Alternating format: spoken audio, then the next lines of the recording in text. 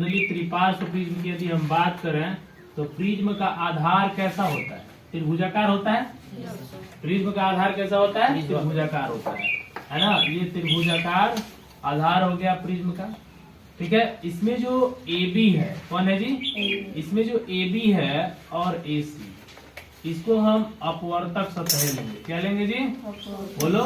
अपवर्तक सतहें हैं, अपवर्तक सतहें हम यहाँ पर मान रहे हैं। ठीक है, देखिए, तो प्रिज्म से होकर प्रकाश का अपवर्तन हमको देखना है। ठीक है, तो प्रिज्म से होकर प्रकाश का अपवर्तन यदि देखना चाहते हैं तो एक जो है, आप मान लीजिए कि AB सतह पर, किस पर जी? AB सतह पर एक किरण ऐसे आपतित हो रही है। क्या हो रही है? आपतित हो रही है, जिसका नाम है PQ। क्या नाम है जी? PQ नाम है। ठीक है, और आपको बताया गया है कि जब किसी सतह पर कोई किरण आपतित होती है तो वहां पर क्या बनता है? अभिलंब बनता है ना।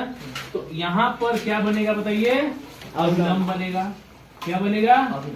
अभिलंब बनेगा। ठीक है, और जैसे अभिलंब बनेगा तो अब एक बात देखिए, ये तो हवा है ना, और ये क्या है? कांच है। जैसे कांच में प्रवेश करेगा यह जो है अभिलंब की ओर मुड़ जाएगा। किसकी ओर मुड़ जाएगा? अभिलंब की ओर। ये क्या होगा? मुड़ जाएगा। कहाँ मुड़ेगा? अभिलंब की ओर। इसको जाना चाहिए कहाँ? सीधे ना, इसको ऐसे सीधे जाना चाहिए था, पर ये किधर मुड़ रहा है? अभिलंब की ओर मुड़ रहा है। है समझ में? क्यों अभिलंब की ओर मुड़ रहा है? तो प्रकाश जो है यहाँ हवा से कांच में प्रवेश कर रहा है। हवा से कांच में प्रवेश करने का मतलब माध्यम में परिवर्तन। अब माध्यम में परिवर्तन होगा तो माध्यम में परिवर्तन करने का मतलब हवा हो गया आपका विरल माध्यम और कांच हो गया सघन माध्यम। और आपको ये चीज पढ़ाया गया है कि जब प्रकाश विरल माध्यम से सघन माध्यम में प्रवेश करती है तो वह विलंब की ओर मुड़ जाती है। ठीक है, फिर वही कहानी, अब ये कांच में प्रवेश करेगा। जैसे कांच में प्रवेश करेगा तो यहाँ तक तो कांच है ना, फिर यहाँ पर अभिलंब का निर्माण होगा। किसका निर्माण होगा? अभिलंब। फिर अभिलंब का यहाँ पर निर्माण होगा। देखिए ध्यान से, फिर यहाँ पर अभिलंब का निर्माण होगा, और जैसे अभिलंब का निर्माण होगा फिर वापस जो है अब ये प्रिज्म से बाहर निकलेगा। अब प्रिज्म से बाहर निकलेगा तो कांच से हवा में जाएगा। कांच से हवा में जाने का मतलब सघन माध्यम से विरल माध्यम में, और सघन से विरल माध्यम में जब पहुंचेगा तो वह अभिलंब से दूर चला जाएगा। समझ में आ रहा है? अभिलंब से दूर चला जाएगा। तो यहाँ पर जो चीज हम देख रहे हैं ना, मान लीजिए कि ये R है और ये है S है ना, और ये क्या है? E है ना, ये आपको बता रहे हैं E है, और ये क्या है? I है। ये E और I क्या है अभी हम लोग समझेंगे। अब देखिए, गौर से जरा देखिए, आपको बताया गया है यहाँ पर, आपको ये पॉइंट जो है क्लियर किया गया है कि जब मान लीजिए कि ये मान लीजिए कोई कांच का सतह हो गया या पानी का सतह हो गया, जब कोई किरण इस पर आपतित होती है तो यहाँ अभिलंब बनता है। अभिलंब बनता है तो अभिलंब के साथ का जो कोण होता है ना, वो क्या होता है? आपतन कोण होता है। इसलिए आई आपका कौन सा कोण हो गया? आपतन कोण। आई को हम कौन सा कोण कहते हैं? आपतन कोण कहते हैं। जरा गौर कीजिएगा सब लोग, आई को आपतन कोण।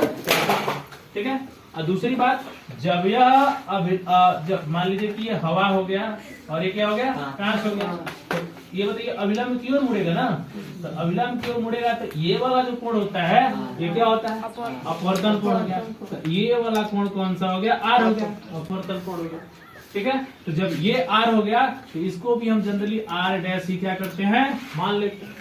अब ये R' कहने का मतलब, अब ये जो किरण है आपका कौन? QR। कौन जी? QR। अब QR आपतित हो रहा है AC पर। QR क्या हो रहा है? आपतित हो रहा है AC पर, और तब जो है अब यह कांच से हवा में प्रवेश कर रहा है। और जब कांच से हवा में प्रवेश कर रहा है इसका मतलब कांच से हवा में प्रवेश कर रहा है, इसका मतलब जो है प्रिज्म से बाहर निकल रहा है। और प्रिज्म से बाहर निकलने का मतलब यहाँ पे कौन सा कोण बनेगा? E बनेगा। क्या? इसको बोलते हैं हम निर्गत कोण। क्या बोलते हैं? निर्गत कोण। समझ में आ रहा है? क्या बोलते हैं इसको? निर्गत कोण। लेकिन जो आपका RS है ना, RS, ये आपका हो जाएगा निर्गत किरण। क्या बनेगा? ये निर्गत किरण बनेगा। समझ में आ रहा है? निर्गत किरण। तो देखिए किस तरह से जो है प्रकाश जो है किस तरह से कांच में प्रवेश कर रहा है और कैसे बाहर निकल रहा है ना। हम ये चीज देख रहे हैं कि प्रकाश जो है यहाँ पर आई कोण से आपतित हो रहा है, तो इसको सीधे निकल जाना चाहिए ना, है ना, सीधे निकल जाना चाहिए, पर ये सीधे नहीं निकल रहा है। ये क्या हो रहा है, देखिए अपने पथ से विचलित होता जा रहा है, होता जा रहा है कि नहीं? क्यों? क्योंकि यहाँ पे माध्यम चेंज हो रहा है, प्रकाश का अपवर्तन हो रहा है, और अपवर्तन में तो माध्यम तो चेंज होगा, जैसे चेंज होगा प्रकाश का जो है डायरेक्शन भी जो है चेंज होगा, है कि नहीं? डायरेक्शन भी क्या होगा, चेंज हो जाएगा।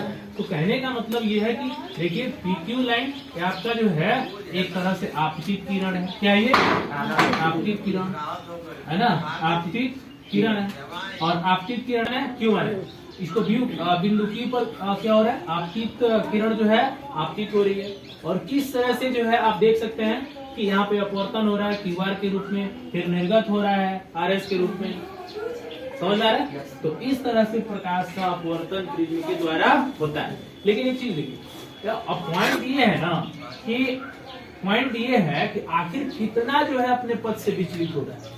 पढ़ते हैं ना, प्रकाश एक माध्यम से दूसरे माध्यम में प्रवेश करता है तो अपने पथ से विचलित हो जाता है। तो यहाँ भी जो है प्रकाश का विचलन हो रहा है कि नहीं हो रहा है? बताइए कि इस रे को जाना चाहिए था सीधे, जाना चाहिए था ना, पर ये सीधे ना जाके आप ही बताइए कि ये कहाँ जा रहा है, इधर जा रहा है, इधर जा रहा है कि नहीं जा रहा है? तो इसका मतलब ये विचलन हुआ ना, तो विचलन कैसे पता करेंगे? तो इस जो आपतित किरण है इसको आगे बढ़ा दीजिए, और जो निर्गत किरण है उसको पीछे बढ़ा दीजिए, है ना। निर्गत किरण को जैसे आप पीछे बढ़ाएंगे, देखिए आपतित किरण और निर्गत किरण यहाँ कट कर रहे हैं ना, आप कट करेंगे तो यहाँ पर एक कोण बनेगा। क्या बनेगा? एक कोण, जिसे हम कहेंगे डेल्टा। क्या कहेंगे? डेल्टा। और इस डेल्टा का नाम होगा विचलन। क्या नाम होगा? विचलन। समझ में आ रहा है? क्या नाम होगा?